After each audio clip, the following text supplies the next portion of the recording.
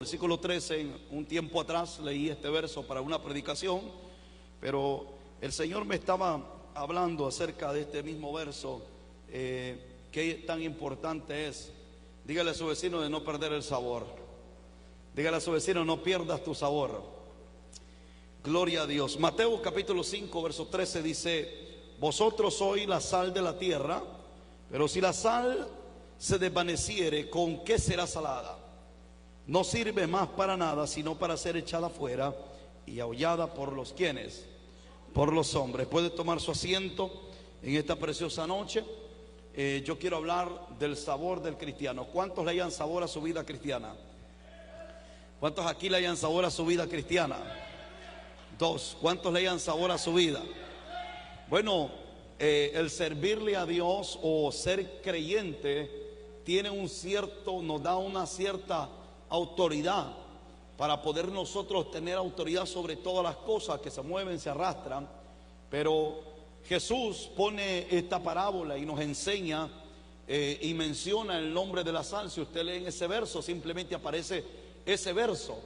Pero Jesús compara la vida del creyente como la sal. El día que la sal pierde su sabor, porque usted sabe que la sal trae dos complementos que la hacen ser salada, que la hacen dar sabor. Te hace una sopa y no le echa sal, nadie se la come porque no tiene sentido la sopa. Usted come unos frijoles sin sal, no le haya sentido a los frijoles porque no tienen el ingrediente especial que le dé el sabor, que es la sal. Usted puede comer una comida que cuando usted le pone sal tiene un sabor extraordinario, pero si no tiene sal pareciera ser queso salado, no diera sabor, simplemente sala. Pero increíblemente la sal le da sabor a todo lo que nosotros podamos hacer en la cocina. Entonces Jesús compara la vida del creyente como la sal. ¿Por qué razón?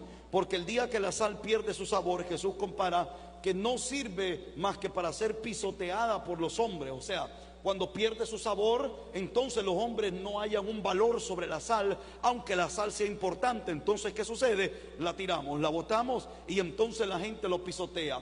¿Cómo hacían en Israel? ¿Por qué la sal? Jesús pone el ejemplo de que la pisotean los hombres, porque cuando la sal perdía su sabor, la ocupaban y la utilizaban para rellenar calles, y hacían las calles con la sal. Entonces la gente se paraba sobre los caminos y pisaba la sal. Por eso Jesús pone el ejemplo de que si pierde su sabor la sal, entonces no sirve más para ser aullada por los hombres, pisoteada. Los hombres verán que no tiene un valor y no sirve para nada. Entonces yo quiero que usted le diga a su vecino: no pierdas tu sabor. ¿Por qué no debemos de perder el sabor? El sentido del cual nosotros fuimos llamados por Dios. ¿Cuántos creen que Dios tiene un propósito en su vida? Dios a cada uno de nosotros nos ha dado y determinado una asignación, un propósito, un por qué yo existo, por qué nací, por qué crecí, por qué estoy aquí, por qué Dios me permite haberlo conocido, por qué Dios se me presentó a mí. El día que Dios se le presentó a Saulo, en su tiempo llamado Saulo, pero cuando Dios se le presenta y lo tumba, Jesús le dice: Saulo, ¿por qué tú me persigues? Saulo, su vida, aunque conociese la ley, aunque Saulo fuera un hombre que tuviese mucha ley, tuviese muchas palabras, un hombre que respetase todo el judaísmo, un hombre celoso de sus padres y celoso de su ley, pero su vida no tenía un sentido y un sabor. Y el día que Jesús se le apareció a Pablo, cuando le dijo: Pablo, ¿por qué tú me persigues?, Pablo empezó a tomar el rumbo correcto de su vida y empezó a dedicar su vida y su pasión a servirle a Dios. Por eso, cuando nosotros somos llamados por Dios, diga conmigo, Dios tiene siempre una asignación. Nadie nace sin una asignación, algo específico en lo cual se nos asignó para que nosotros estuviésemos en la tierra. El día que Dios lo llamó a usted del mundo, no lo llamó simplemente para que usted fuera un oyente, sino para que usted pregone y predique el evangelio de Jesucristo. ¿Estamos acá? Ahora, nótese esto: fuimos llamados para cumplir una asignación de parte del Señor. ¿Cuál es nuestra primera asignación? Diga conmigo: somos su alabanza. Mire, este es un problema del creyente. Cuando nosotros somos llamados para una asignación, un propósito. Se nos asigna algo, se nos determina algo en nuestra vida. Y la primera asignación que Dios nos da, diga conmigo, fuimos creados para su alabanza. ¿Por qué Dios nos llama? Nos llama porque somos su alabanza. porque somos para su alabanza y porque somos la mejor orquesta terrenal que le damos alabanza al Dios celestial.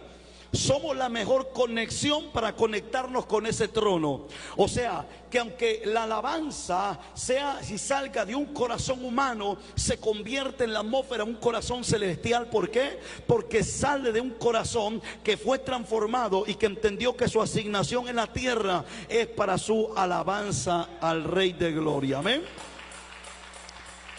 Nótese, cuando perdemos el sabor, cuando usted quiere ser visto por otros, pero no da una alabanza hacia Dios. Personas que son vistos por millares de personas, admirados por millares de personas, pero en la soledad Dios no los reconoce ni los conoce, porque Dios te conoce primeramente por cuánto tú le alabas y quién eres tú en Él. Ahora nótese el libro de Efesios capítulo 1 versículo 6. Dice, escuche y lea atentamente lo que dice la palabra. Libro de Efesios capítulo 1 versículo 4. ¿Por qué estamos en la casa de Dios? ¿Por qué soy creyente? ¿Por qué soy cristiano? Primeramente no soy cristiano para que me vean, soy cristiano para su alabanza. Soy cristiano para glorificarle, honrarle, bendecirle, enamorar a Dios, exaltar a Dios, decirle cuánto Él es para mí. Dice Efesios 1:4 hasta el 6. Vamos a leer. Dice, según nos escogió en Él antes de ¿qué? De la fundación del mundo, para que fuésemos ¿qué? Santos y sin mancha delante de Él. ¿Cuántos santos y sin manchas hay aquí? Delante de Él. ¿Por qué razón? Entendamos el texto. Dice, en amor habiéndonos predestinado para ser adoptados hijos suyos por medio de Jesucristo, según el puro afecto de su voluntad. Pero me encanta el último verso. Dice, ¿para qué? Para alabanza de su gloria, con la cual nos hizo acepto en Él amado. Ojo con esto, cuando fuimos aceptos, cuando entendemos nuestra asignación por la cual nosotros nacimos en el vientre de nuestra madre. Porque antes que el mundo fuera formado, antes que la estrella fuera puesta en el cielo, antes que el sol Dios lo creara, antes que Dios creara la luz, la luna, la luz, las estrellas y todo lo que hay, ya Dios había predestinado tu nombre para que estuviésemos en la tierra. 2 millones de espermas son las que se pelean para llegar y ser un hijo, y nosotros fuimos los que llegamos y engendramos y estamos aquí con 2 millones que estaban detrás de nosotros. ¿Por qué? Porque fuimos escogidos para su alabanza. ¿Alguien está aquí esta noche? Nadie nace, nunca venimos al mundo por un accidente. Nadie nació porque su papá, su mamá no lo planeó, porque su mamá o su papá no se pusieron de acuerdo. Ellos pensaron que fuimos un accidente de ellos, pero en el plan y en el propósito de Dios, tu nombre ya estaba en el cielo diciendo, creación mía, para mí, alabanza en esta tierra. Nótese, cuando es acepto por medio de su alabanza. ¿Por qué? ¿Qué pasa con la alabanza? El problema de la alabanza es que no es lo que yo quiera decirle, es lo que Él quiere escuchar. ¿Alguien está aquí? La alabanza no es lo que yo quiera decir, es lo que Él quiere escuchar. Es cómo yo me expreso y quién es Él para mí. ¿Por qué nos equivocamos en la alabanza? Porque la mejor guía de la alabanza está en la palabra de Dios. Usted ve a un David escribiendo salmos, escribiendo cánticos. Ahí usted ve en el salmo y dice cánticos del músico principal David. ¿Por qué? Porque él empieza en los cánticos diciendo, porque grande eres tú, oh Señor, porque tú eres digno de ser alabado. Aunque David sentía que lo perseguía, pero siempre le decía, tú sigues siendo rey y sigues siendo Dios. Aunque me levanten guerra contra mí, David decía, yo siempre estaré confiado. ¿Por qué? Porque allá está el Dios que todo lo puede, el que todo lo sabe, y el Dios que no es nada imposible. Dígale a su vecino, no pierdas tu sabor. Cuando perdemos el sabor, cuando tú no le das la alabanza a Dios, empezamos a perder el sabor. Ese fue el propósito por el cual nacimos. Primer propósito fue por la alabanza, no para ser famoso. no para ser famoso. Primero Jesús nace y de repente Jesús se encuentra y dice: yo te alabo, Padre. El mismo Jesús alababa al Padre. Yo te alabo, Padre, porque tú escondiste todo esto de los sabios y lo revelaste a los niños. Gracias. Había aprendido a entender el propósito por el cual él había nacido. Ahora, ¿qué más? Número 2, anunciamos su mensaje. ¿Cuántos aquí son mensajeros de Dios? Mire, todos quieren ser profetas, todos quieren ser evangelistas, todos quieren ser algo y todos quieren tener un nombre y un renombre en la tierra. Todos desearan que en su lápida el día que se murieran dijeran: murió el gran apóstol fulano de tal, 2021, 2030, el día que nos muramos. Y todos desearan que se nos reconociera y que se nos mencionara y que escribiéramos un libro y que el libro fuera reconocido, vendido, que la gente hablara de nosotros como que si fuésemos las personas más sabias y reconocidas del mundo. Pero la escritura dice que nosotros estamos aquí, número 1, para su alabanza, número 2, para que anunciemos su mensaje, para que anunciemos su mensaje a plenitud. Pero ¿de qué mensaje estamos hablando? Lucas capítulo 9 versículo 1 hasta el versículo 2.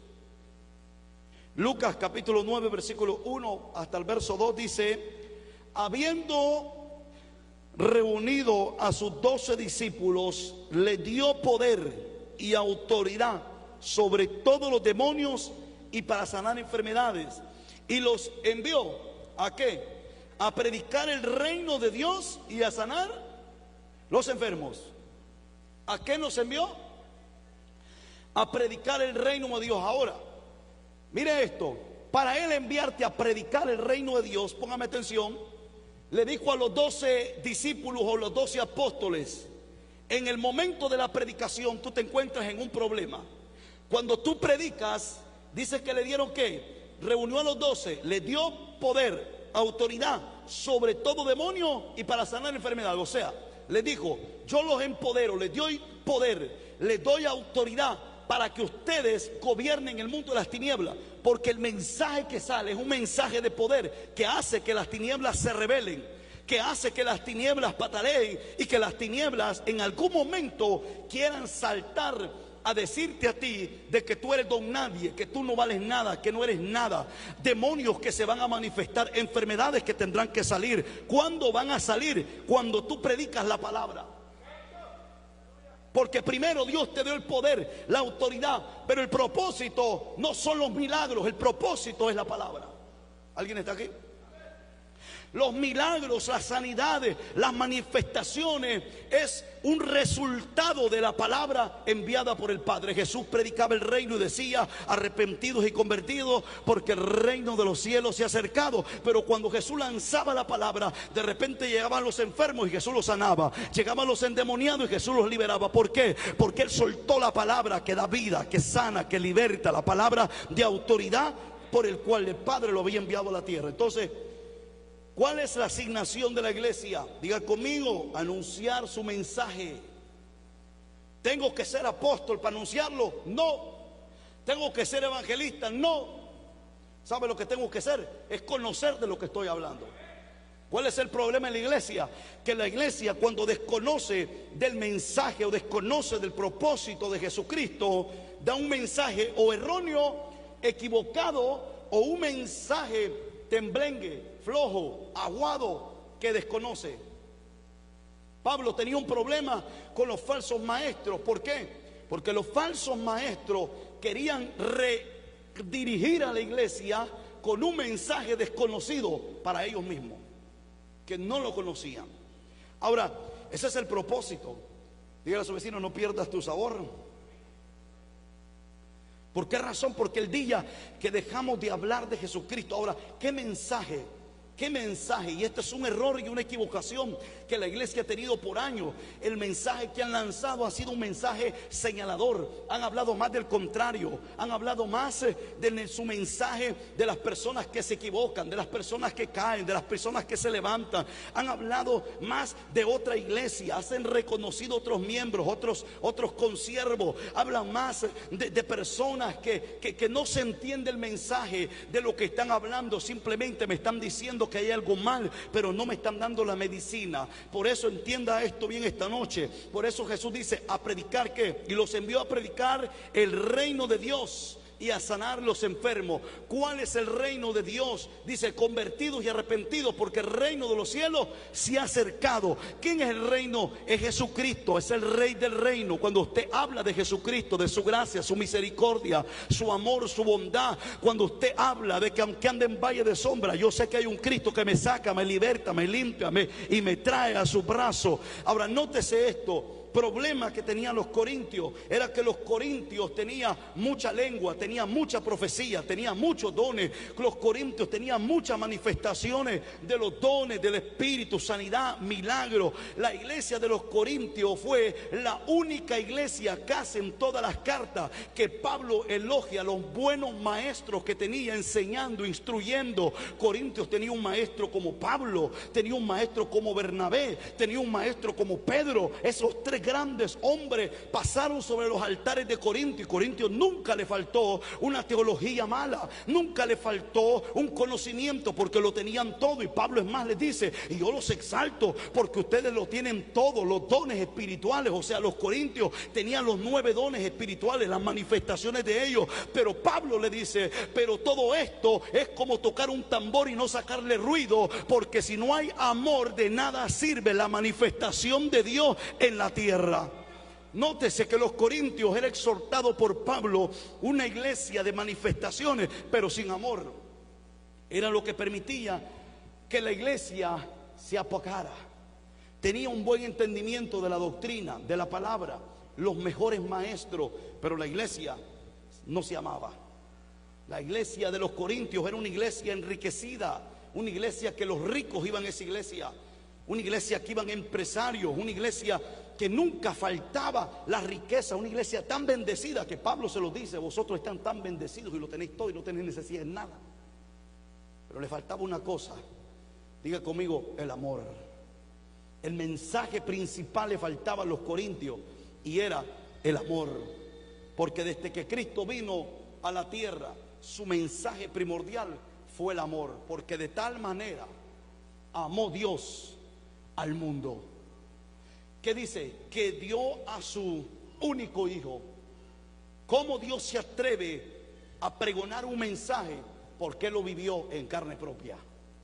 Porque de tal manera fue el amor de Dios, que el mensaje de Cristo fue el amor. Por eso cuando miró a la adúltera, Jesús la abraza. Por eso cuando miró al paralítico, Jesús lo levanta. Por eso cuando miró al ciego, Jesús le da la vista, porque todo el mensaje de Cristo se conjugó en el amor. Y Pablo le dice a los corintios, todo, lenguas pasará, profecías pasará, pero una cosa no pasará, el amor, el mensaje del Señor. ¿Alguien está aquí? Ahora nótese, diga conmigo, enviados para predicar su mensaje. Fuimos enviados para predicar su mensaje. Ahora, 3, tenemos el poder de dar vida. ¿Sabía usted que usted tiene el poder de dar vida?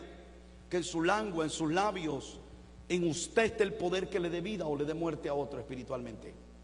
En usted está el poder para dar vida en esta tierra. ¿Cuántos saben que el diablo dice que vino a matar, hurtar y qué? Y destruir. Propósito de Satanás: hurta, mata y destruye. Él es el que mata, pero nosotros somos los que damos vida en el Señor. Dice Proverbios capítulo 18 versículo 21. Libro de Proverbios capítulo 18 versículo 21 dice: la muerte y la vida están en el poder de la lengua, y el que la ama comerá de sus frutos.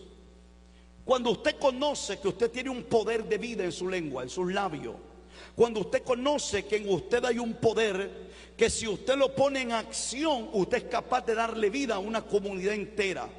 Cuando usted empieza a orar y empieza a declarar palabra de vida, empieza a hablar palabra de vida, cuando usted está viendo que algo se le está destruyendo y usted en vez de hablarlo destruido, usted empieza a darle vida, empieza a hablar, empieza a desatar esa palabra de vida. ¿Por qué? Porque Dios lo designó a usted para dar palabra de vida, para dar vida. Y el diablo se encarga de dar muerte, pero usted se encarga de dar vida. Mire, dice que el pueblo de Israel completo estaba en el desierto. Cuando llegó el profeta Ezequiel, dice dice que miró que todo era un valle lleno de huesos, pero de repente le dijo Jehová a Ezequiel, Jehová le dice estas palabras a Ezequiel y le dice: hombre, háblale a esos huesos, ¿tú crees que esos huesos vivirán? Y él le dice: Jehová, solamente tú lo sabes si estos huesos vivirán. Entonces escucha la voz de Jehová y le dice: mira, profeta, en ti está el poder para darle vida a estos huesos. Habla, dale vida, proclama vida sobre estos huesos. Y dice que empezó el profeta y dijo: de los cuatro vientos, yo proclamo la vida de Jehová. Y dice que vino un norte y se paseó ese norte sobre los huesos, y los huesos que estaban totalmente secos, muertos, empezaron a ver tendones, carne, corazón, y empezó a poner todo y se levantaron. Y dice: yo miré un gran ejército como la arena. ¿Alguien está aquí? ¿Por qué? Porque tenemos el poder de dar vida con nuestras palabras en nuestra boca. Tenemos el poder de dar vida. Por eso Jehová le habla al profeta Ezequiel y dije: hombre, ¿tú crees que estos huesos vivirán? Y él le dice: solamente tú lo sabes, papá. Estos huesos están secos, muertos. Usted puede ver una iglesia, congregación, comunidad, ciudad, país muerto, pero somos capaces de darle vida con la palabra del Señor. ¿Alguien está aquí? El peor problema de la iglesia de Cristo es cuando la iglesia habla estas palabras. No, ya no se puede más. Ya no se puede solucionar, no se puede arreglar. Esa palabra no cabe en el vocablo espiritual, en el vocablo de Dios. Porque si Dios tiene que resucitar los huesos, los resucita. Y si Dios tiene que levantar un ejército de piedras, Dios lo levanta. ¿Por qué? Porque Dios nos llamó a dar vida. Diga conmigo: tenemos el poder de dar vida. ¿Qué dijimos? Número 1, somos su alabanza. Número 2, anunciamos su mensaje. Número 3, tenemos el poder de dar vida. ¿Cómo permanezco teniendo el mismo sabor siempre? ¿Cuál es la clave para yo permanecer teniendo el mismo sabor, la misma esencia, y yo permanecer firme en el Señor? Aunque yo no estoy diciendo que va a ser perfecto. Lo que estoy diciendo, que ni lo alto ni lo bajo, ni lo profundo. Pablo decía: ni lo profundo. ¿Qué hay en lo profundo? No hay rocas.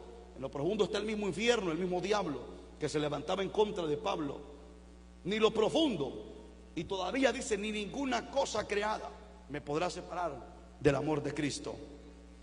Pablo en una ocasión dice: ni el hambre, ni la desnudez, ni las cárceles, ni las piedras, ni los palos, nada, nada. He aprendido yo a vivir en todo y por todo, teniendo mucho, teniendo poco. Siempre he aprendido una cosa: a vivir al lado del Señor. Entonces mire esto: ¿cómo permanezco teniendo el mismo sabor siempre? Necesitamos, diga conmigo, el carácter. Necesitamos el carácter, que es una de las bases fundamentales del creyente. Carácter. Carácter es de Timoteo, 2 Timoteo capítulo 3 verso 1. Carácter es la personalidad suya. ¿Quién es usted? El carácter es que usted no cambia, no enmudece. Usted es la misma persona, esté aquí, esté en China, en Japón. Es su personalidad. Entonces nosotros necesitamos el carácter para poder permanecer. Hay gente que tiene lindos dones, tiene bonitos dones, los manifiesta, pero no tiene carácter. Dice 2 Timoteo capítulo 3 verso 1, vamos a leer hasta el verso 13. Dice: también debes saber esto, que en los postreros días vendrán tiempos, ¿qué?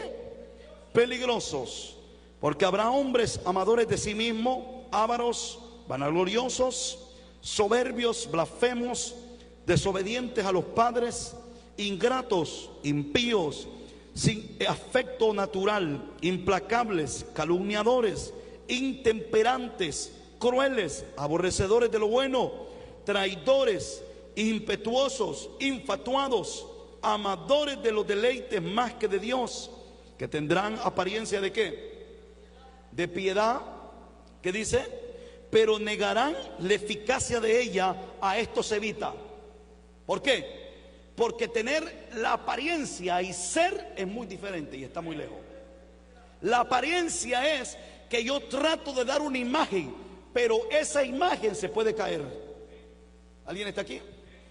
El problema de este tiempo es que muchos se preocupan por su imagen, por nunca equivocarse, por nunca quedar mal. Se preocupan tanto por su imagen que al final del camino no tienen el carácter para sostenerse en lo que realmente son, porque cambian su imagen. Aquí son una imagen, allá son otra imagen, otro lado son otra imagen, y nos cambiamos de identidad en cada lado que estamos. ¿Por qué? Porque no hay carácter. Ahora, mire esto, dice que todos tienen una imagen. Esto que estamos leyendo tenían una imagen, pero no la eran. Pero ellos eran, ¿qué dijimos? Todo lo que leímos: calumniadores, crueles, aborrecedores de lo bueno, blasfemos, traidores, desobedientes a los padres, ingratos, impíos, mire, infatuados, amadores de los deleites más que de Dios, que tengan apariencia de piedad, pero negarán la eficacia de ella. A esto se evita, porque de estos son los que se meten en las casas y llevan cautivas a las mujeres cargadas de pecado y arrastrándolas por diversas concupiscencias. Dice, estos siempre están aprendiendo y nunca pueden llegar al conocimiento de la verdad. Siempre están aprendiendo, pero nunca pueden llegar al conocimiento de la verdad. ¿Por qué? Porque hay algo que les impide poder conocer la verdad. Porque el príncipe de este mundo sigue el entendimiento. Ahora, quieren conocer. ¿Por qué quieren conocer? Porque primero leímos que eran amadores de ¿qué? De sí mismo. Cuando tú empiezas amándote a sí mismo más que todas las cosas, cuando tú te preocupas más por ti que por todo lo que te rodea, entonces empezamos mal. ¿Por qué razón? Porque te preocupas por ti y no te importa quién te llevas por encima, pero tú tienes que estar bien. Entonces mire esto. Dice, papi, bájame un poquito quítame un poco de claridad aquí. Thank you. Dice, porque de estos son los que se meten en las casas y llevan cautivas a las mujeres, a las mujercillas, cargadas de pecado y arrastrándolas por diversas concupiscencias, o sea, pensamientos erróneos, malos, pecaminosos. Estas siempre están aprendiendo y nunca pueden llegar al conocimiento de la verdad. Y de la manera que Janes y Jambres resistieron a Moisés, así también estos resisten a la verdad. Hombres corruptos de entendimiento, reprobos en cuanto a la fe. ¿Qué le pasó a Jambres? ¿Qué le pasa? Resistían a Moisés porque nunca se sujetaban a la autoridad de Moisés. Nunca. Y hoy usted mira, en este siglo XXI, la iglesia, hay miles de iglesias, pero toda la mayoría son iglesias de divisiones porque nunca se sujetaron a una persona. Personas que creyeron tener una verdad, creyeron conocer más que su líder espiritual. Se abrieron una obra, dijeron, abrimos nuestra iglesia, conocemos más, sabemos más, nos vamos sin cobertura. ¿Y ahora qué? Nosotros ponemos la palabra. Entonces, cuando ellos llegan a la parte de las divisiones, imagínese usted en qué conciencia y en qué corazón le cabe a la persona predicar de divisiones, si lo primero que será golpeado será su persona. Entonces, por eso Jambres estaba obteniéndose a Moisés, lo detenía. No se sujetaba, y no solo él, sino que iba a todo el pueblo y le decía, hey, Moisés no es puesto por Dios. Entonces la iglesia carece, como los corintios, tenía dones espirituales, pero los corintios un día de repente empezaron a decir, bueno, ¿y tú de quién eres? Ah, yo soy de Pablo. ¿Y tú? Yo soy de Bernabé. Ah. ¿Y tú? Ah, yo soy de Jesús. No sé si usted ha escuchado esa gente que se divide hasta con Cristo. Yo soy de Cristo y de nadie más. Pues ahí está el ejemplo en Corintios, que la gente decía, yo soy de Cristo y nadie más. Pero si Cristo no está aquí, Él tiene una autoridad. Lo que pasa es que nosotros no podemos ver la personalidad que Dios pone más que al Dios que lo pone. Pero sí tenemos que sujetarnos a la autoridad que Dios pone, porque son puestas ¿por quién? Por Dios. Entonces los corintios, el problema que tenía era falta de sujeción. Se había dividido en todo, y por eso le dice, ¿acaso está dividido Cristo y ha sido cortado en pedazos y dado un pedazo a cada quien? No. Entonces el problema, mire esto, Jambres le pasa eso. Se rebela en contra de la autoridad de Moisés, y ellos querían dividirse de Moisés y caminar por su cuenta, pero entonces le fue mal. ¿Por qué razón? Porque no es ese el propósito de Dios. Cuando usted quiere ser visto, cuando yo quiero ser visto, Dios te corta de raíz, porque árbol que no lleva fruto será cortado. Y los frutos son puestos en la tierra, pero el que le hace permanecer y dar frutos es Jesucristo. Amén. Ahora dice el 9, mas no irán más adelante, porque su insensatez será manifiesta a todos, como también lo fue la de aquellos, o sea, ¿de quiénes? De Janes y Jambres, Pero tú has seguido mi doctrina, conducta, propósito, fe, longanimidad, amor, paciencia, persecuciones, padecimiento, como los que me aborrecieron en el Señor. Me sobrevinieron en Antioquía, en Iconio, en Listra, persecuciones que he sufrido, y de todas me ha librado ¿quién? El Señor. Y también todos los que quieren vivir piadosamente en Cristo Jesús padecerán persecución, mas los malos hombres y los engañadores irán de mal en peor, engañando y siendo engañados. Mire esto. ¿Por qué razón? Porque el propósito todo está en el carácter que otorga el creyente. El carácter no se otorga por los años que vivimos. Personas que tienen 70 años y se comportan como un niño de 10. El carácter no se deriva entre un bigote blanco y un pelo blanco. No es ese el carácter. Usted puede ver personas jovencitas, niños, con un carácter impresionante, con un carácter mejor que una persona vieja. ¿Por qué razón? Porque el carácter no depende de la edad, ni de las canas, ni del pelo blanco, depende ni de las arrugas. Ese depende del conocimiento de la vida. Pero el carácter, la personalidad, quién es, la persona es una y no son dos en una. Entonces eso se deriva carácter. Una persona que no tiene dos palabras, tiene una. Una persona que no tiene que mostrar más de lo que tiene que mostrar, o no tiene que esconder de lo que no tiene que esconder. Una persona que sabe que es genuina y que sabe de que sin Dios no es nada, y el día que Dios lo suelte cae y se revienta, pero el día que Dios lo toma de su mano lo levanta. La persona que tiene carácter es una persona de un solo sentido, un solo pensamiento, una persona que no tiene que elogiarse solo ni decirse quién es, sino que esa persona sabe que si Dios le riega el árbol da fruto, y no tiene que presentarse, sino que Dios lo presenta como hijo suyo. Jesús no tuvo que presentarse como el Hijo de Dios.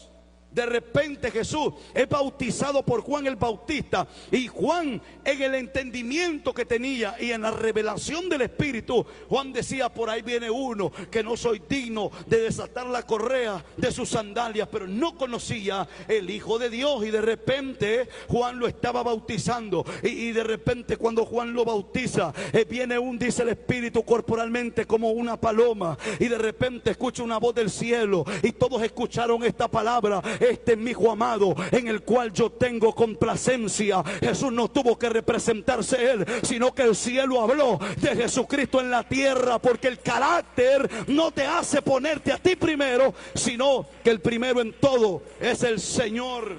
Ahora, entonces, ¿cómo permanecemos? Dijimos que necesitamos tener carácter, personalidad, una sola identidad. Una sola identidad. ¿Qué más necesitamos?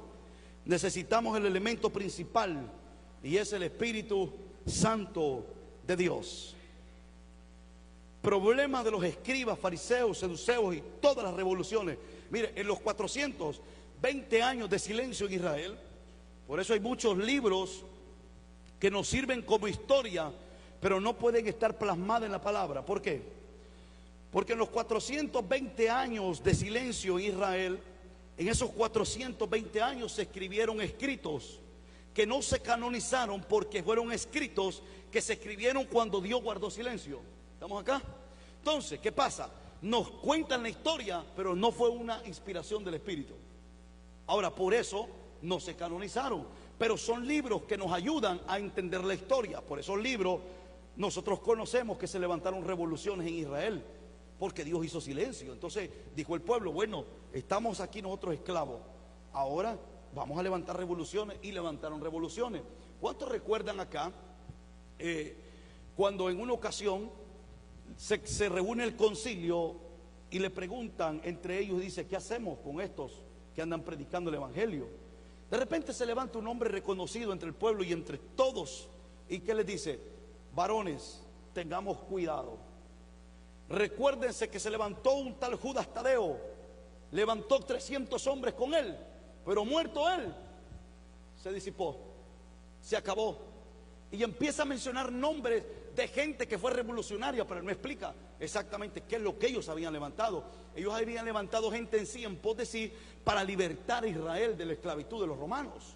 Entonces, en ese silencio de Dios, ellos estaban levantando revoluciones, y tanto así que hubieron gente que pudieron libertar a Israel por un tiempo corto, porque esas revoluciones se levantaron fuerte. Entonces, de ahí vienen esas revoluciones. Entonces, mire esto, cuando lo que sucede es esto: si no tenemos la ayuda del Espíritu, usted tiene que esforzarse. Pero cuando son espirituales nuestras guerras, que todas las guerras de Israel eran espirituales, y en esas guerras espirituales Israel no había entendido que necesitaban de la ayuda del Espíritu Santo para poder vencer en las guerras. Por eso cuando Jesús vino y que dice el reino de los cielos se acercó, es porque Él, por eso le dijo a sus discípulos: no se preocupen, que a ustedes les conviene que yo me vaya. ¿Por qué? Porque yo les dejaré un consolador, el Espíritu Santo, que los guiará a toda verdad y a toda justicia. Entonces, ¿por qué habla del Espíritu Santo? El Espíritu Santo es realmente el motor que hace la iglesia vencedora. La iglesia sin el Espíritu va a declarar, va a señalar, va a atar, va a sujetar, va a citar la Biblia. La iglesia sin Espíritu va a citar todos los versos que hablan: todo lo que ates en la tierra será atado en el cielo, todo lo que desate en la tierra será atado en el cielo. Pero si el Espíritu Santo no reconoce esa voz, nada se ata y nada se sujeta. ¿Por qué? Porque el motor de la iglesia no son las declaraciones en sí, sino es cuánto el Espíritu se mueve en las declaraciones de la iglesia. La Biblia dice que los ángeles fueron puestos para el servicio de la iglesia. ¿Cómo los ángeles fueron puestos para el servicio? Cada vez que la iglesia tiene una guerra, una lucha, los ángeles empiezan a moverse. ¿Para qué? Para el servicio. No es para traerte un vaso de agua, es para que las tinieblas que se están moviendo en contra de la atmósfera, los ángeles empiezan y se mueven a pelear, a luchar. Y cuando la iglesia entiende y se le discierne lo que se está moviendo en la atmósfera, la iglesia empieza a hablar palabra y los ángeles empiezan a pelear. La iglesia, el Espíritu empieza a revelar lo que se está moviendo en la atmósfera, y la iglesia empieza a hablarlo, empieza a declararlo. Pero los ángeles ya se empiezan a mover. ¿Por qué? Porque no está todo en las declaraciones, está en la revelación del Espíritu para declarar. Usted puede decir: se está moviendo un espíritu de mentira, y tal vez no es de mentira. ¿Por qué? Porque el Espíritu no lo ha revelado. Pero cuando el Espíritu lo revela y está seguro lo que se está moviendo, usted empieza a hablar y los ángeles empiezan a moverse. No es que los ángeles sean menos que nosotros, es que ellos conocen lo que el Padre ha enviado a hacerlos. Entonces, nótese, lo principal para que no perdamos nuestro sabor es que necesitamos el elemento más principal que nos hace dar sabor y sentido a nuestra vida: Espíritu Santo de Dios. El Espíritu de Dios es no solo el que te guía, el que te consuela. El Espíritu Santo no solo es el que te revela. ¿Cuántos creen que al Dios que le servimos y le adoramos es un Dios que revela? Un Dios que conoce todas las cosas, es nuestro Dios. Ahora, Juan capítulo 14, verso 15. Juan 14, 15. ¿Sabe que por eso Pablo se sentía muy orgulloso de nuestro tiempo? Porque hubieron profetas en el Antiguo Testamento, en el antaño, jueces, hubieron reyes, sacerdotes, hubieron sumos sacerdotes, hubieron levitas, hubieron cantores, danzores. La gente hoy se preocupa cuando mira a alguien danzar. Antes, si usted hubiera conocido las fiestas judías, los judíos son más bailarines que todo mundo en esta tierra. Eso sí, tiran la casa por la ventana. Pero siempre ellos danzaban en la presencia del Señor. David, el día que danzó no con una cumbia de los sonideros, danzó con una alabanza hacia Dios. Entonces depende en cómo, en qué usted está. Imagínese usted en un bailongo y está danzándole ahí, al mismo diablo le está bailando. Pero si en la casa de Dios usted está adorando a Dios, mueva las manos, bátalas y dígale gloria a Jesús, porque es para Él. David no tuvo miedo de danzar en la presencia de Dios, porque sabía que él danzaba de alegría, de gozo. Imagínese cuando se cumple el verso que dice: y saltaréis como becerros en la manada. Imagínese usted saltando como un becerro en la manada, alegre. Eso es lo que estaba diciendo, porque el juicio vendría sobre toda la tierra, pero los hijos de Dios saltaremos como becerros en la manada. Imagínese usted. O imagínense un culto que no podemos ni cantar, ni mover las manos, o sea, ¿cómo vamos a adorar? ¿Cómo vamos a expresar? Recuérdese que la alabanza es una expresión. Y la gratitud es una expresión. Usted lo expresa, lo expresa. Por eso hay un corito bien bonito que como ni me acuerdo, que si me faltaran las manos, yo la lavaré con los pies, y si me faltan los pies, ¿qué dice? La lavaré con mi alma, y si me falta el alma, es porque ya me fui con él. Yo le alabo de corazón, yo le alabo con mi voz. Y si no tiene voz, ¿con qué le va a alabar? Con las manos. Y si no tiene manos, con los pies. Y si no tiene pies, con el alma. Y si no tiene, es porque ya se fue con él. Pero la clave es alabarle a Dios. Entonces mire, Juan 14:15 dice: si me amáis, guardad mis mandamientos. Y yo rogaré al Padre, y os dará otro consolador para que esté con vosotros para siempre. Mire esto: el Espíritu de verdad, al cual el mundo no puede recibir porque no le ve. ¿Ni qué? Ok, no le ve, ni le conoce, pero ¿qué dice? Pero vosotros le conocéis, ¿porque qué? ¿Por qué le conocemos? ¿Cuántos creen que el Espíritu de Dios mora en ustedes? Ahora, ¿por qué le conocemos? Porque es bien difícil que alguien viva en usted y no lo conozca. Bien difícil que algo o alguien viva con usted y no le... Mire, es más, nuestras esposas nos conocen hasta la hora que nos da hambre. Cosas, detalles que solo las personas que viven con uno las conocen. ¿Por qué? Porque mora en el mismo lugar, mora en la misma habitación, en la misma casa. Entonces el Espíritu Santo, ¿qué dice? Mira esto: el Espíritu de verdad, el cual el mundo no puede recibir. ¿Por qué no lo puede recibir? Porque antes de recibir al Espíritu, escuche bien esto, primero usted confiesa a Cristo, recibe a Cristo. Luego de la confesión, usted es sellado con el Espíritu. ¡Pah! Por eso dice Pablo que fuimos sellados con el Espíritu. Él le llamó las arras del Espíritu. Fuimos sellados con esa garantía, el Espíritu Santo. Ahora, el mundo no puede obtenerlo porque sin una confesión no se obtiene el Espíritu Santo de Dios. Sin ninguna confesión. Otro, ¿por qué no se obtiene el Espíritu? Diga conmigo: porque no se anhela tenerlo.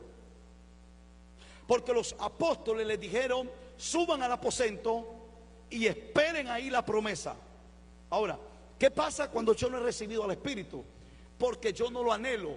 Los apóstoles, cuando les dijeron: en el aposento será el derramamiento del Espíritu, corrieron al aposento, empezaron a adorar, no descendía nada. Empezaron a adorar, no descendía nada. Cayendo la tarde, ¡pah!, el Espíritu Santo tronó ahí en el templo. Pero ellos no se movieron de creer en la promesa. El Espíritu va a derramarse, el Espíritu me va a llenar, me va a dar nuevas lenguas, el Espíritu me va a llenar, el Espíritu va a estar conmigo. ¿Por qué? Porque sin el Espíritu nuestra vida no tiene sentido, nuestra predicación fuera en vano. Pablo le dijo a los corintios: porque yo no les he predicado con conocimiento humano, sino con conocimiento del Espíritu de Dios. Porque la predicación que predicamos no es por el conocimiento humano, no es por lo que sabemos, es por la revelación que el Espíritu de Dios y el conocimiento eterno del Espíritu que nos ha dado y nos ha manifestado la gracia y la gloria de Dios. Entonces, el Espíritu de verdad, el cual el mundo no puede recibir porque no le ve ni le conoce. Pero vosotros le conocéis porque mora con vosotros y estará, ¿qué dice? Ayúdeme. ¿Y estará qué? En vosotros. No dejaré que vendré a vosotros. ¿Cuándo Él vendrá a vosotros? Cuando el Espíritu de Dios more en nosotros. Por eso el que no es lleno del Espíritu, suena la trompeta y se quedó aquí. ¿Alguien está aquí? Porque después que el Espíritu more en nosotros, el que reconoce el trompetazo no es usted, es el Espíritu que está en usted. Es el que habita en usted, el que conoce cuando aquella trompeta sea sonada.